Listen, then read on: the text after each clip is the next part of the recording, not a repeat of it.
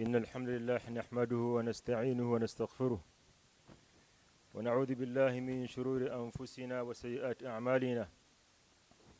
من يهد الله فلا مضل له ومن يضلل فلا هادي له. أشهد أن لا إله إلا الله وحده لا شريك له وأشهد أن محمدا عبده ورسوله وصفيه وخليله المبعوث رحمة للعالمين إمام الأنبياء والمتقين سيدنا محمد صلى الله عليه وسلم وعلى آله وصحبه أجمعين. أما بعد فإن أصدق الحديث كتاب الله وخير الهدي هدي محمد صلى الله عليه وسلم وشر الأمور محدثاتها وكل محدثة بدعة وكل بدعة ضلال وكل ضلالة في النار. أعاذنا الله جميعا من النار. إخوة في الله، أوصي نفسي وإياكم بتقوى الله عز وجل، حيث قال الله تبارك وتعالى قائلا في محكم تنزيله: يا أيها الذين آمنوا اتقوا الله حق تقاته ولا تموتن إلا وأنتم مسلمون. وقال أيضا: يا أيها الناس اتقوا ربكم الذي خلقكم من نفس واحدة وخلق منها زوجها وبث منهما رجالا كثيرا ونساء واتقوا الله الذي تساءلون به والأرحام إن الله كان عليكم رقيبا. يا أيها الذين آمنوا اتقوا الله وقولوا قولا سديدا يصلح لكم أعمالكم ويغفر لكم ذنوبكم ومن يطع الله ورسوله فقد فاز فوزا عظيما. Tumutendeza Allahu Jalla wa Ala baganda bange ebitiibwa olw'ebyengeri ebingi byatugabiridde omuli ekyengera ekinene ni'matul hayat, ekyengera ky'obulamu,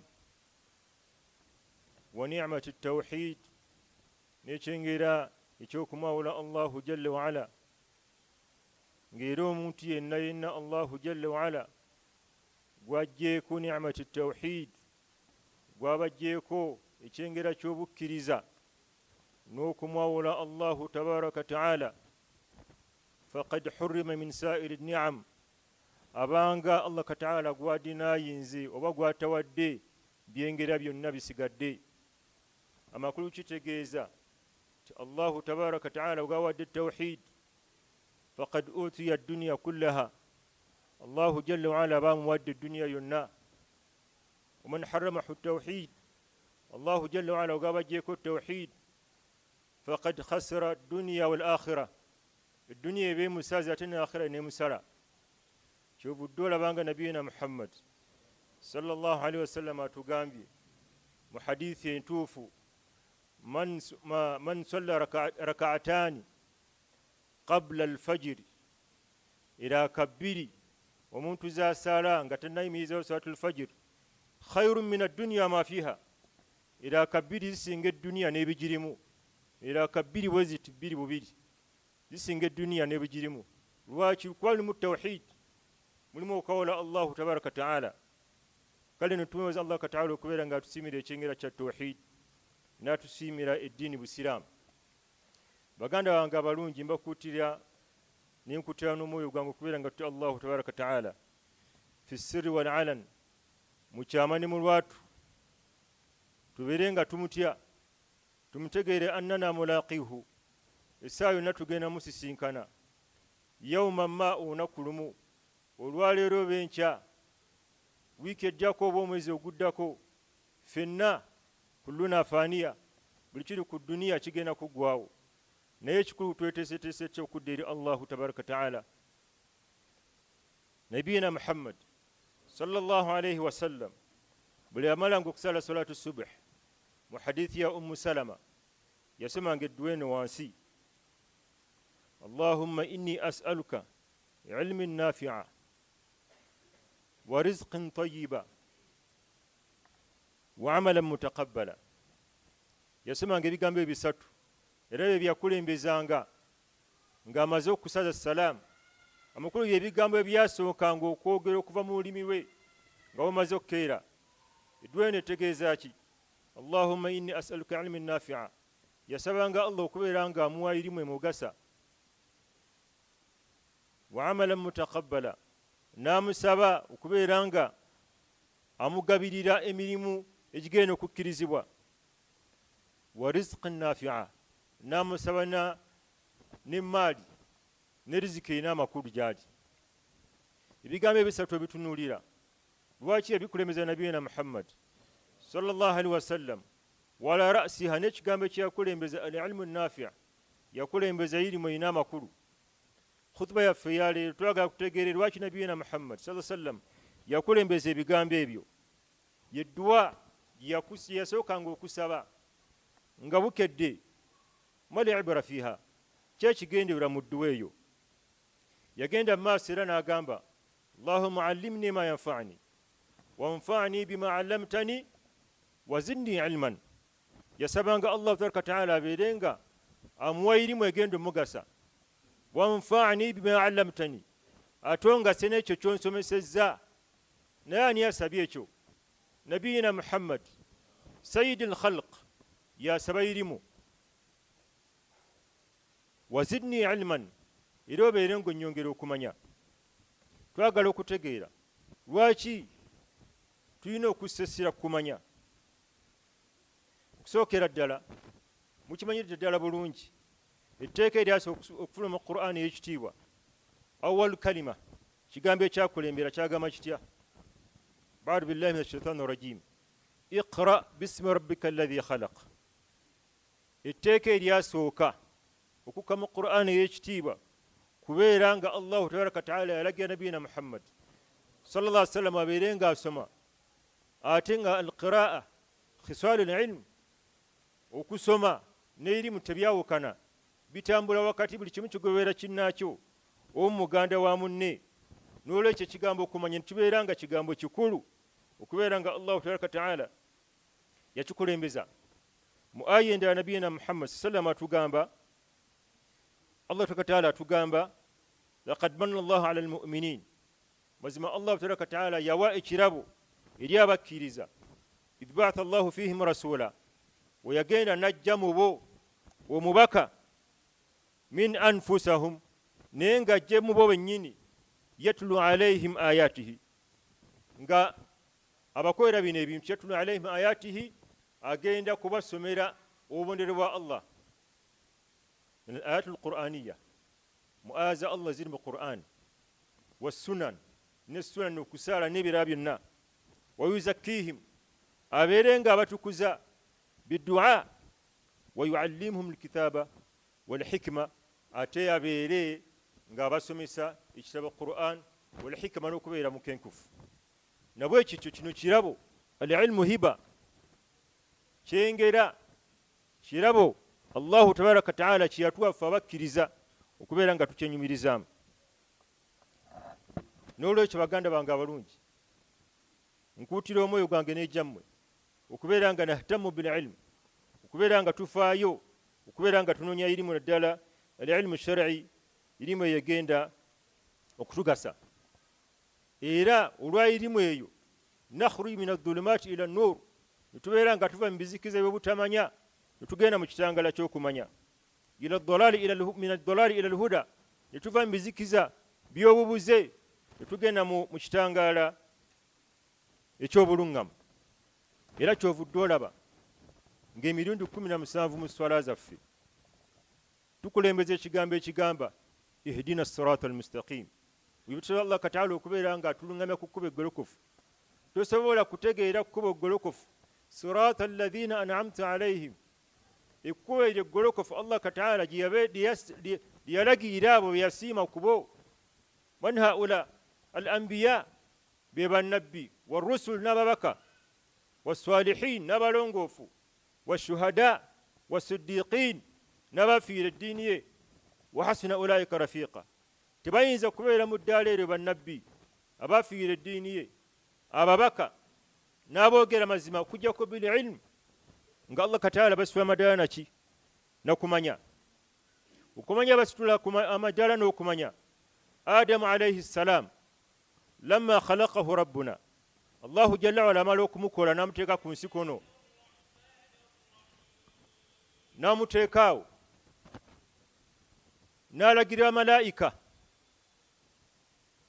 babeereko ebigambo bye bamugamba ne balemererwa okubeera nga ebigambo bye babyogera. allahu taala tuyimiza mu suratu al-baqara waallama adama al asmaa kullaha thumma aradahum ala almalaika. allah jalla waala yasomesa adamu ebigambo n'agamba abamalayika namwe mubyogere ambiuni bi asmai haula in kuntum sadiqin. olwo nno ng'amaze okugamba lwaki adamu akolebwa, allah kataala n'atunyumiza n'atugamba waallama adama al asmaa kullaha thumma aradahum malaika faqala ambiuni bi asmai haula qalu la ilma lana illa ma allamtana innaka anta al-alim al-hakim. allah tabaraka taala n'atulaga mu aya y'ekitiibwa nti yasitula adamu alayhi ssalam biesh bililm. allahu jalla waala asitula adamu bamalaika sharafu lilmu n'amusitula hatta stahaqu niyabeera nga kisaanira okubeera nga yasjudu nga bavuunamira adamu alayhi ssalam lisharafu lilmu. ensonga era jamaatu lkhair abamanyi oba bannabbi allahu tabaraka taala yabasitula na kumanya annubuwa ilman, obwannabbi ebeera irimu, era bannabbi bonna bonna kyebasinga ebitonde byonna ebisigadde sharafu lilmu. allahu jalla waala basitula n'amadaala agayirimu. tunulira nabiyina muhammad sallam, allah kataala musitula amadaala n'agamba atya وأنزل عليك الكتاب والحكمة وعلمك ما لم تكن تعلم وكان فضل الله عليك عظيما.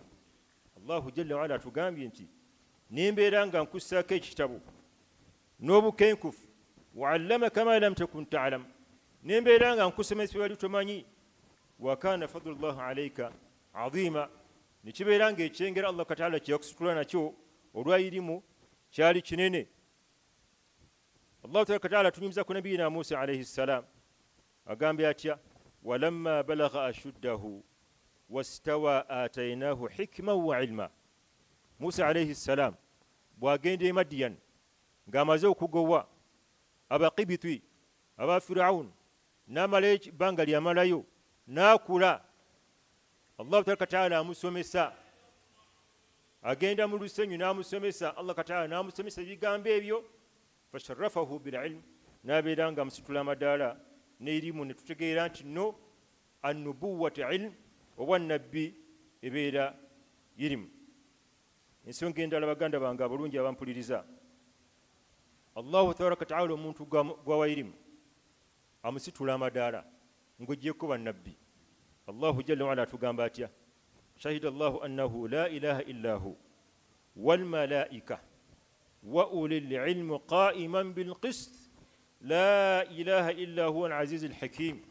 الله جل وعلا أعظم شهادة في الدنيا والسماء, obujulizi obusinga oba amazima agasembayo okubeera amanene ku duniya ku nsi kuno, fi lardi wassama, ku nsi kuno ne mu ggulu, ashahada okugamba nti la ilaha illa llah ge mazima agasinga gonna.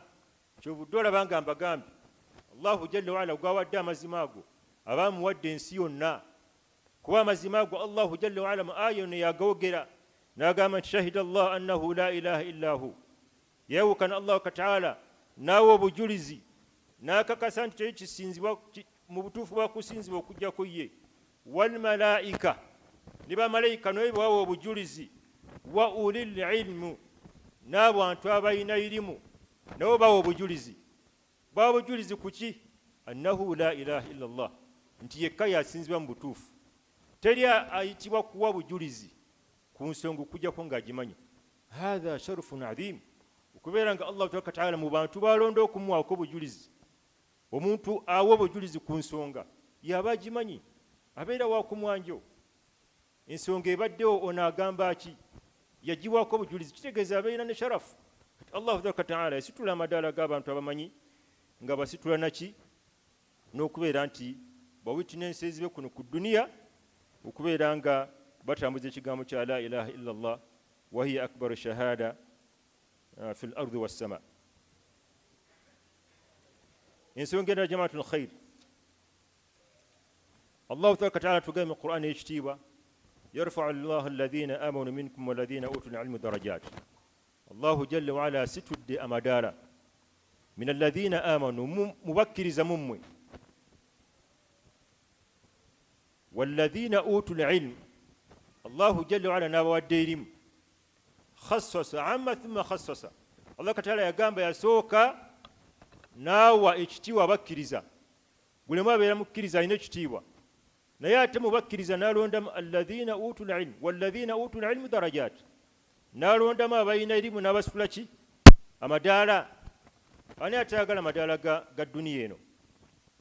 ffenna twagala amadaala. ni allahu tabaraka taala agambye yarfau llahu alladhina amanu minkum walladhina utul ilmu darajat. nolwekyo ffenna twalibadde tweyanira okubeera nga tunoonya irimu ennungi. kyovudde wala nabiyina muhammad sallallahu alaihi wasallam atugambye nti nno man salaka tariqan yaltamisu fihi ilman sahala llahu lahu tariqan ila aljanna. omuntu yenna alina akwata ekkubo, ngaekkubo lyakutte kunoonyezaamu irimu, kusoma, kugenda mu ssomero, kukwata kitabo, kugumiikiriza masijidi n'asoma mu maaso g'abamanyi, kuwuliriza byawuliriza, kuwuliriza rediyo, kyonna kyonna kyakoze naye ng'akotte ekkubo ng'anoonyezaamu irimu, sahala llahu lahu tariqan ila aljanna. allahu tabaraka taala yeyimiridde okubeera ng'amugondeza ekkubo erimutwala mu jjana. ng'ate ekigendererwa kyaffe algharadu al asasi, ekigendererwa kyaffe kyatwekana ku duniya kunoonya jana ey'ekitiibwa. n'olwekyo mugamu ku makubo amangu agatutwala mu jjana iktisaabu ilmu, omuntu okubeera ng'anoonya irimu. n'agenda mu maaso mu hadithi n'agamba wa inna almalaika, mazima ddala bamalaika la tadwa ajnahatahu, babikka ebiwawaatiro byabwe litalibu lilmu, omuntu anoonya irimu, lidhan lima yasnah, nga beebaza olw'ensonga eyo omuntu gy'aliko. wa inna alalim, naye mazima ddala omumanyi, bino bigambo nabiyina muhammad sallam si byange, la yastaghfiru lahu man fi samawati, abali mu ggulu bonna bamusabira allah kataala okubeera nga bamusonyiwa, waman fi lard, n'ebitonde byonna ebiri ku nsi bisaba allahu tabaraka taala omuntu ono anoonya irimu abeere nga asonyiyibwa. hatta namlata fi juhriha, n'enkuyege oba n'ensanafu oba n'ebiwuka ebiri mu bituli byabyo byonna bikola omulimu gumu, istighfar lilulama wa talibu lilmu, nga bakola omulimu gumu kubeera nga basabira omuntu anoonya irimu okubeera nga allahu tabaraka taala amusonyiwa.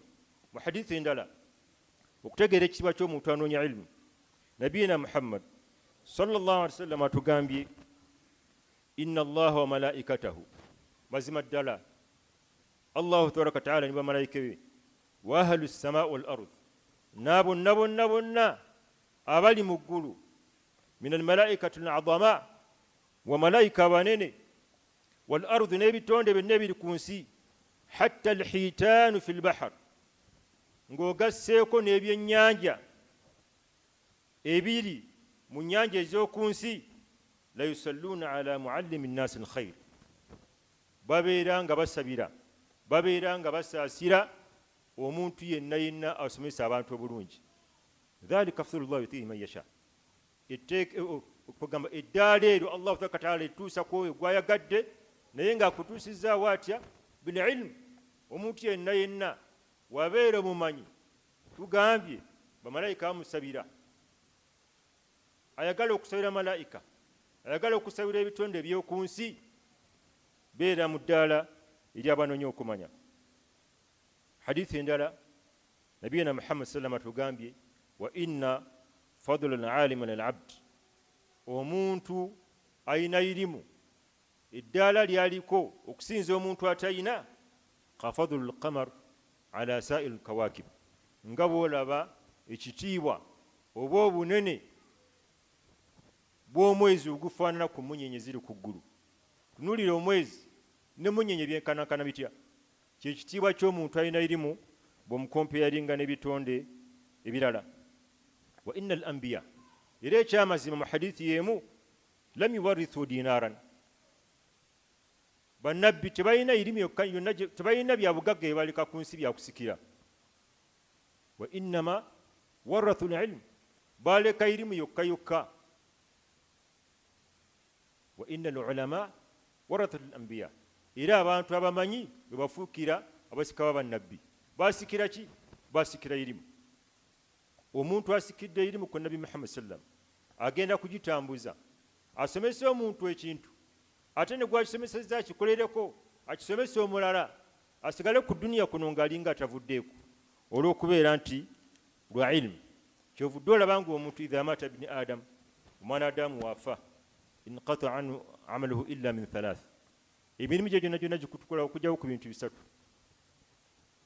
sadaqatun jariya kyabawaddeyo ne kisigala kuno ku nsi mu sadaqatu jariya saddaaka ekulukuta asimbye muti asimye luzzi azimbye masjid akoze essomero aw ilmu yantafa bihi oba irimu gyasomesezza abantu abeera mu ttaka naye ng'alinga takoze eki nga tavuddeewo kyovudde olaba nga omwogezi mu yagamba nti qad maata aqwamun wama maatat makarimuhum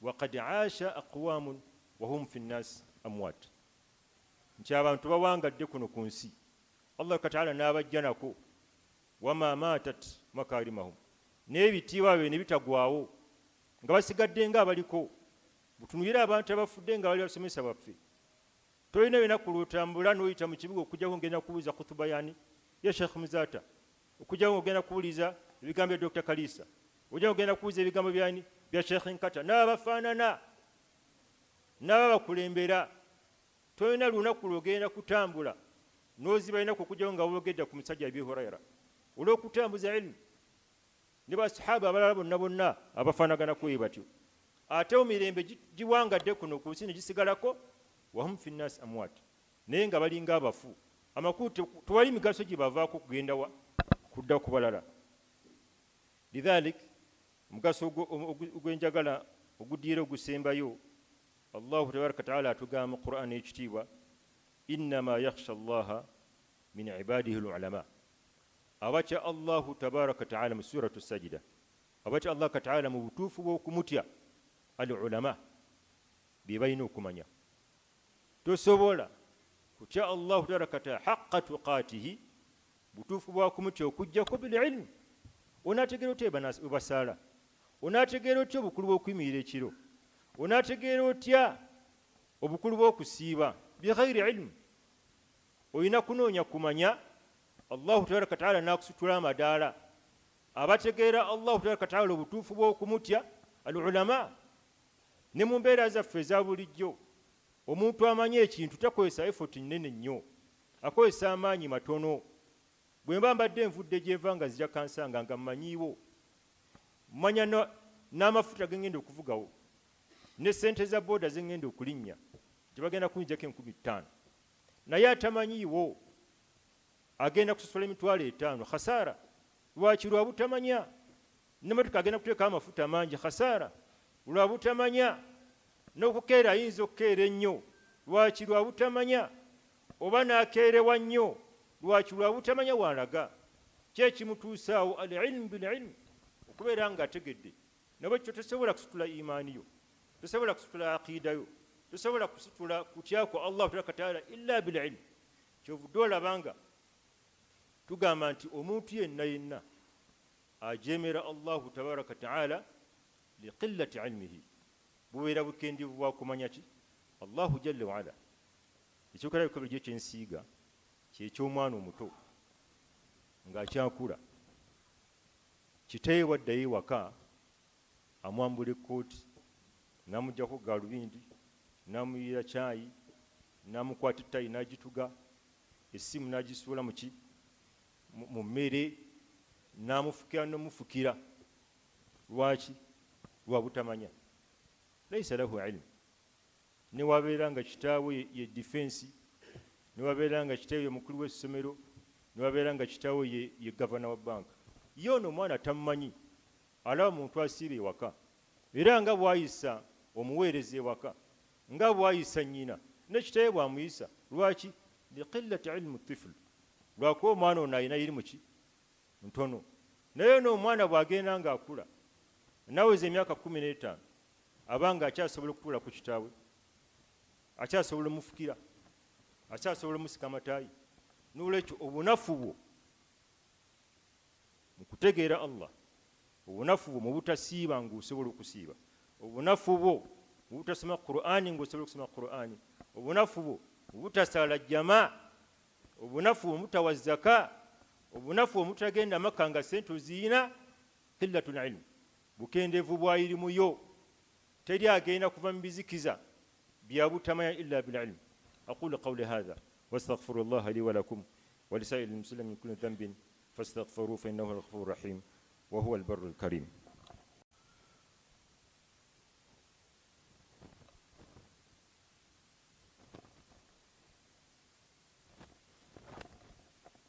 الحمد لله رب العالمين والعاقبة للمتقين ولا عدوان إلا على الظالمين. أكمل السلام وأتم التسليم على سيدنا محمد صلى الله عليه وسلم وعلى آله وصحبه ومن سار بسيره وسن بسنته إلى يوم الدين. سبحانك لا علم لنا إلا ما علمتنا إنك أنت العليم الحكيم. اللهم علمنا ما ينفعنا وانفعنا بما علمتنا wazidna ilman. Baganda bange balungi, etteeka eryasooka awal nida okwola okwasooka mu Qur'ani ekitiibwa. Allah takataala agambye atya? ya ayuha nnas, suratul Baqara, okwola okusooka mu Qur'ani agambye ya ayuha nnas ittaquu rabbakum alladhi khalaqakum walladhina min qablakum la'allakum tattaqun alladhi جعلكم الأرض فراشا والسماء بناء وأنزل من السماء ماء kale teeka sijjadirwako aya ensumbi yemu naye ekirimu nti Allahu tabaraka taala olwayirimu omuntu singa agatta ku Allah kataala ekigambo ekintu ekirala kyonna kyonna bishiriki qillatu ilmihi bitawhid, bubeera bukendeevu bwe okumanya tawhid. Obutamanya bwe tawhid kyava agatta ku Allah kataala ebintu ebirala. Fala taj'alu lillahi andada wa antum ta'lamun, temugattanga ku Allahu tabaraka taala kintu kirala kyonna kyonna wa antum ta'lamun, nga mmaze okutegeera wa antum ta'lamun annahu huwa al-khaliq, ti Allah kataala yabatonda, wa huwa ar-raziq, era yabagabirira. Mu aya gyenkulembeza abagambye Allah kataala yatukoze n'atuteeka kuno ku nsi, n'atugabirira, n'ateekako ensozi, n'atulabula. Fala taj'alu lillahi andada, temugattiranga ku Allah kataala ekintu kye kyonna wa antum ta'lamun, nga mmaze okutegeera annahu huwa al-khaliq, nga yabatonze. N'olwekyo kitegeeza ki? Okubeera nga omuntu agatta ku Allah kataala ekintu kirala kyonna kyonna, omutawaana gubeera gumu, qillati ilmihi billahi tabaraka wa ta'ala. Njagala nsembera hadithi eno, hadithi ya Abi Darda radiyallahu anhu atunyumiza n'atugamba nti kunna ma'a rasulillahi sallallahu alaihi wasallam fashakhasa bibasarihi ila as-sama, nali lumu nabiyina Muhammad sallam n'awanika amaaso ge n'agatunza mu ggulu. Thumma qaala, n'agamba ebigambo bino, hadha awanun yukhtalasu al-ilmu min an-nas hatta la yaqduru minhu ala shay'in. Nga bw'olaba mu ggulu awo, kino kyombo mulembe guno irimu egenda okubeera ng'eggwawo mu bantu. Faqala Ziyad bin Labid, akaseera ako yali atudde ne Ziyad bin Labid nga ne Abu Darda waali al-Ansariyu, wamu ku baali abaali e Madina. N'abuuza kaifa yukhlalasu minna waqad qara'na al-Qur'an, irimu enaggwa etya muno mu bantu ku mulembe guno nga Qur'ani tugisomye. Fa wallah, tukulayira tuweera gwe mu maaso ga nabiyina Muhammad sallam, lanaqra'annahu, tugenda kusoma Qur'an, thumma lanuqri'annahu, tumale tugisomese, nisaana bakyala baffe wabnaana n'abaana baffe irimu ereme kuggwawo amakulu ayagala okwashwarenga nabiyina Muhammad sallam nti erimu tegenda kuggwa kuno ku nsi lina nabiyina Muhammad sallam yamuddamu faqala thakalatka ummatka ya Ziyad nga maama wo yakumenyera bwereere obanga maama wo wamumenyera bwereere nga yazaalira bwereere nga omumenyera bwereere n'agamba ti in kuntu la'uddika min fuqahi ahli al-Madina bulijjo mmanyi era nkumbala mu bantu abalina irimu muno mu Madina هذه التوراة تنجيل التوراة والإنجيل نبايبولي عند اليهود والنصارى مبا يهود والنصارى فماذا تغني عنهم توراتي نبايبولي زيغاسا چابو abayonone kanayo bambi abagatta Allah Ta'ala an-Nasraniyya abagamba nti Katonda bali basatu ng'ate balina bayibuli nga bayibuli tekyogerangako balina irimu naye bagasaki namubuuza namugamba tukiraba nga kyewunyisa omuntu n'amanya nga alina bayibuli mu mikono gye bayibuli teyogerangako nti Bakatonda bali basatu ate n'abeera nga agatta ku Allah Ta'ala n'ebintu ebirala tolaba nga irimu temugasizza kyovuddwa olaba nga kati Abu Darda avaawo n'agamba nti nabiyina Muhammad sallam bino ebigambo bino abigambye Ziyad bin Labid abigambye omusajja ono kati agenda neyebuuza ku sahaba omulala n'amugamba nti ekigambo nabiyina Muhammad sallam kyayogedde kituufu era oba oyagala okukakasa amazima gaakyo kanyongereko nekino n'agamba inchiita wowe yagadde law hadithannaka bi awwali ilmin yurfa min an-nas era kankubuyire ekigambo nabiyina Muhammad kiyangamba ekirala namugamba yakugamba ki yangamba irimu egenda okubeera ng'eva kuno ku nsi irimu ki al-khushu' okubeera nti abantu babeera bakkakkana babeera beetoowaze fi salatihim nga bali mu swala zaffe ekyo nakyo kika kyakumanya omuntu ng'obeera mu swala bi ghayri khushu'in nga tosobola kutebenkera n'oyingira mu swala n'omubiri naye ng'obongo bisigadde ku dduuka busigadde ku bboda tebagibbe busigadde mu nnyumba sigaddeewo nga byolowooza naye ng'olesi mubiri qillatul ilm bukendeevu bwa kumanya tosobola kulongoosa swalayo tosobola kutebenkera mu swalayo nga tomaze kusitula levo ya kumanya swala kyekiki era oyimiridde mu maaso gaani bw'onaamala okutegeera ni gw'oyimiridde mu maaso ge bil ilm ng'osomye eswala egenda kulongooka baganda bange ebitiibwa nkubiriza omwoyo gwange nejjamu okubeera nga tuwaayo emitima gyaffe tufise ebiseera omuntu niwaba asoma aya emwemu kulla yawum ng'agisoma n'anoonya n'amakulu gaayo omwaka aba asomye aya mmeka aba asomye suratul Baqara kamilan aba asomye suula yonna yonna ngagimazeeko Anas bin Malik yakwata suratul Baqara emyaka 8 si kubeera nti yali munafu wa kukwata naye ki ekyamukwasa bwatyo nga buli aya gyatuukako agiyimirako n'agitegeera osome suula mmeka osome Ikhlas qul huwa Allahu ahad omanyi kyetegeeza ogisoma ku makya n'ogisoma olweggulo n'ogisoma mu swala etegeeza ki tayinza suula eyo okubeera na mugaso mu bwongo obwo wadde n'okubeera impact ku mutima gwo hatta ng'omaze okutegeera kyetegeeza suratul Fatiha tugisoma emirundi emeka emirundi 17 mu lunaku naye bameka mufu abategeeza suratul Fatiha kyetegeeza hatta n'okugisoma tetumanyi onaasitulota imaani yo onaalongoosa sotya swalayo bighayri khushu' nga tolina butebenkevu mu swala kyovuddwa olabanga nabiyina Muhammad sallam nga mayize ebigambo byange omusajja yajja masjid nga tudde ne basahaba